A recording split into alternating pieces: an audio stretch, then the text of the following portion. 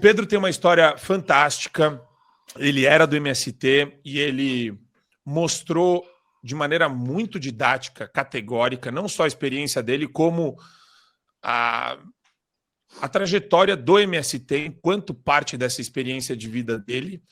E eu tive a honra de fazer o prefácio da Face Oculta do MST, um livro dele que deve estar vendendo pra caramba, porque eu sei que tem muita gente interessada.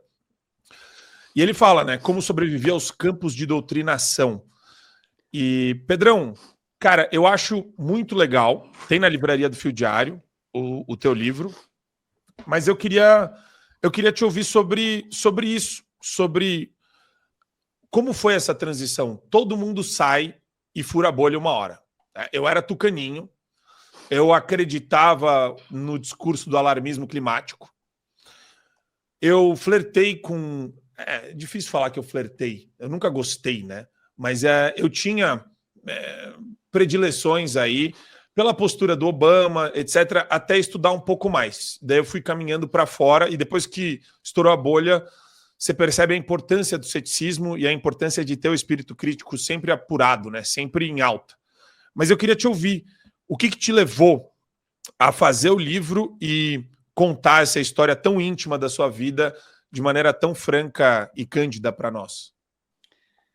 Bom dia, Marco Antônio. Bom dia aos nossos parceiros aqui do Fio Diário, todos os ouvintes.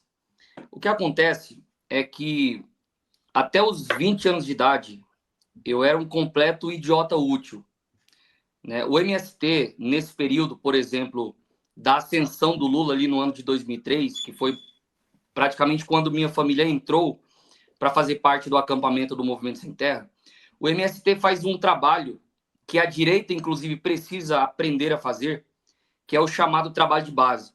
A frase clichê do José Dirceu, que é difundida hoje dentro do PT, do MST, do PSOL, que é trabalho de base, trabalho de base, trabalho de base. O próprio professor Olavo de Carvalho sempre disse que essa frase do José Dirceu é talvez uma das frases mais importantes da história. E o MST sabe muito bem fazer um trabalho de base, que é, no caso deles, ir para as periferias da cidade e cooptar famílias pobres. Eles vão nas periferias, nas favelas, nos bairros carentes, aonde as pessoas se encontram em completo estado de vulnerabilidade social. Elas estão lutando por sobrevivência. E o ser humano, quando está em instinto de sobrevivência, ele está disposto a qualquer coisa para cuidar da sua família, para dar alimento para os seus filhos. Já não aguenta mais pagar um aluguel. Então, a minha família é cooptada, literalmente pela estratégia de pegar o pobre pela barriga. E é por isso que os acampamentos do Movimento Sem Terra estão cheios e cada vez se enchendo mais de pessoas. Uma pessoa que é pobre, talvez grande parte das pessoas que estão nos ouvindo não sabem o que é, de fato, a extrema pobreza. Uma pessoa que é pobre, ela não está preocupada, né, com o que está acontecendo no ambiente geopolítico, ela não está preocupada com o que é marxismo ou conservadorismo, ela não sabe quem é Olavo de Carvalho, ela não sabe quem são os grandes teóricos da filosofia, ela apenas está querendo sobreviver. Então eu fui cooptado, ainda criança, com 11 anos de idade, a minha família sem nenhum tipo de interesse político, partidário, somente com uma esperança econômica, de prosperidade, de alguém que poderia cuidar da família. Então eu entro no acampamento e agora, chegando no acampamento, inicia-se esse processo longo de doutrinação para transformar essas pessoas, não somente em massa de manobra política, mas principalmente, né, em soldados da Revolução Socialista, e esse é um assunto que a gente vai chegar lá durante esse bate-papo aqui. Cara, e o livro está muito bem escrito, viu, Pedrão? Parabéns. Professor André, tem uma pergunta para o Pedro. Ele também lançou agora o Mínimo sobre MST, uma coleçãozinha muito legal de bolso, que a gente pode ver aqui, da coleção Mínimo. E é um cara que tem aí as vísceras do movimento para apresentar para a gente, professor. Tudo bom, Pedro? Bom dia. Olha, eu tenho duas perguntas que eu vou juntar numa só. A primeira é a seguinte: hoje, muito se fala sobre duas coisas do MST. Primeiro, sobre a tal economia, ou como eles plantam, enfim, e com isso alimentam, substituem o agro, né? Muito se fala disso. Essa é uma das narrativas que eles fazem. E eu queria que você explicasse um pouco disso para nós o que é na verdade. E a segunda que eu emendo é a seguinte: qual é hoje, como você sente, talvez de uma forma resumida, o grande projeto deles? O projeto hoje do MST é terra ou o projeto hoje do MST é poder? Olha só, esses assuntos eu trato, mais uma vez lembrando, sobre os 2 livros. Esse lançamos o ano passado, A Face Oculta do MST, com prefácio do gigante comunicador do Brasil, Marco Antônio Costa. E agora estamos lançando o Mínimo sobre o MST, que é uma coleção em que já compreende nomes como Ana Campagnolo, Pietra Bertolazzi, Rodrigo Constantino e vários outros nomes. Respondendo à pergunta do professor, a questão da pauta da agroecologia. Acontece que o MST ele se tornou uma seita religiosa, e eu provo isso com a própria bibliografia do movimento. E dentro dessa religião, eles vão tratar da questão da pauta agroecológica com narrativas e mentiras para atacar o agronegócio do Brasil. Afinal, já respondendo à segunda pergunta aqui em Colab, não é possível alcançar o sonho do MST sem destruir a propriedade privada, sem destruir o agronegócio de um país. O sonho do Movimento Sem Terra, junto ao PT, junto ao PSOL, é transformar, é realizar no Brasil uma revolução socialista. Não se falava de outra coisa em um acampamento do MST. Não trabalhávamos por outra coisa. A cultura, que era o setor onde cooptavam os jovens dentro dos acampamentos, os jovens eram obrigados a participar do setor da cultura. Todo o teatro, todas as oficinas, todo o investimento, todo o ganho intelectual, tudo caminhava em direção da revolução socialista. E uma revolução socialista com todas as letras. Claro, o MST é mais radical, ele quer e também já tentou durante algumas vezes uma revolução armada no Brasil, fazendo menção que, por exemplo, de 1964, quando os comunistas tentaram, né, a partir da influência e financiamento soviético, dar um golpe comunista no Brasil através das ligas camponesas, que é esse movimento que vai ressurgir em 1979 como Movimento Sem Terra. O sonho do Movimento Sem Terra é realizar uma revolução socialista, tomar o poder à força, porém, ele aliançado com outros partidos, outras ideologias um pouco mais fabianas, digamos assim.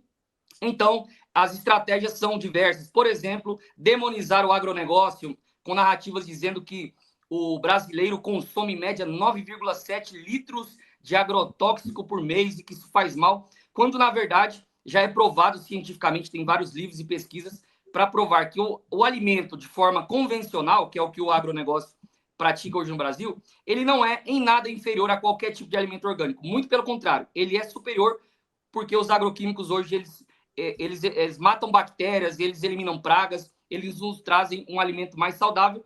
E para concluir essa fala, lembrando que o que o MST produz hoje, se juntar toda a produção nacional do Movimento Sem Terra no Brasil, representa 0,14%. Não é suficiente para alimentar o Brasil por sequer um dia. E quem é que alimenta os outros 364 dias?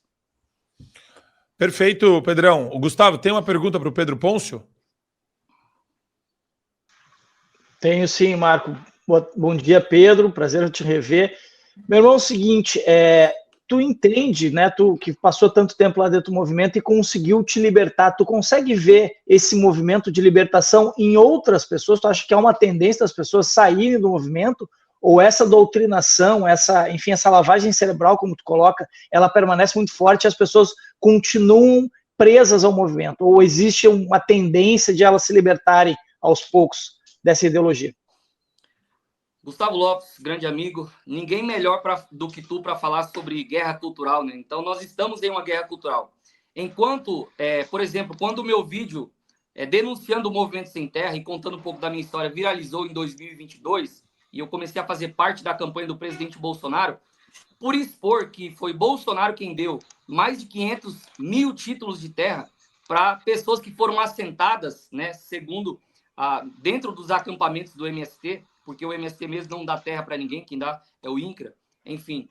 Mas quando isso viralizou, eu recebi mensagens e ligações de várias pessoas de assentamentos em todo o Brasil, dizendo o seguinte: eu me identifico com a tua história, cara. E nós aqui nos reunimos, a exemplo do Liva Costa, lá da Bahia, que nós nos reunimos, queimamos a bandeira do Movimento Sem Terra, estamos declarando voto a Jair Messias Bolsonaro, porque, de fato, o MST até nos ajudou a chegar até aqui, depois de 20 anos no acampamento, 30 anos no acampamento, para pegar uma terra que não tem muito valor e não deram capacidade de plantar, de realmente produzir nessa terra, nós percebemos que eles não deram título da terra, porque afinal um movimento socialista jamais daria um título de propriedade privada. Então veio o Bolsonaro, numa tacada só, entrega mais títulos do que FHC, Lula, Dilma, Temer, todos juntos. Então as pessoas começam a abrir a mente por conta do fenômeno da internet. Então o meu papel hoje na política, no cenário político, nas redes sociais, tem sido esse trabalho de lutar na guerra cultural, expondo os bastidores do Movimento Sem Terra. As pessoas têm se libertado à medida que, por exemplo, a Vanusa, que também ficou conhecida como ex-MST, né, lá na CPI do MST, junto com o Liva e com outras pessoas, ela já é fruto dessa denúncia que eu fiz em 2022. Eu conectei o Liva com algumas pessoas da direita, na época da campanha do Bolsonaro. O Bolsonaro foi até aquele assentamento entregar títulos de terra, e dessa viralização, desse fenômeno que aconteceu em 2022, nós estamos colhendo muitos frutos. Agora, vale ressaltar que o MST também não está parado.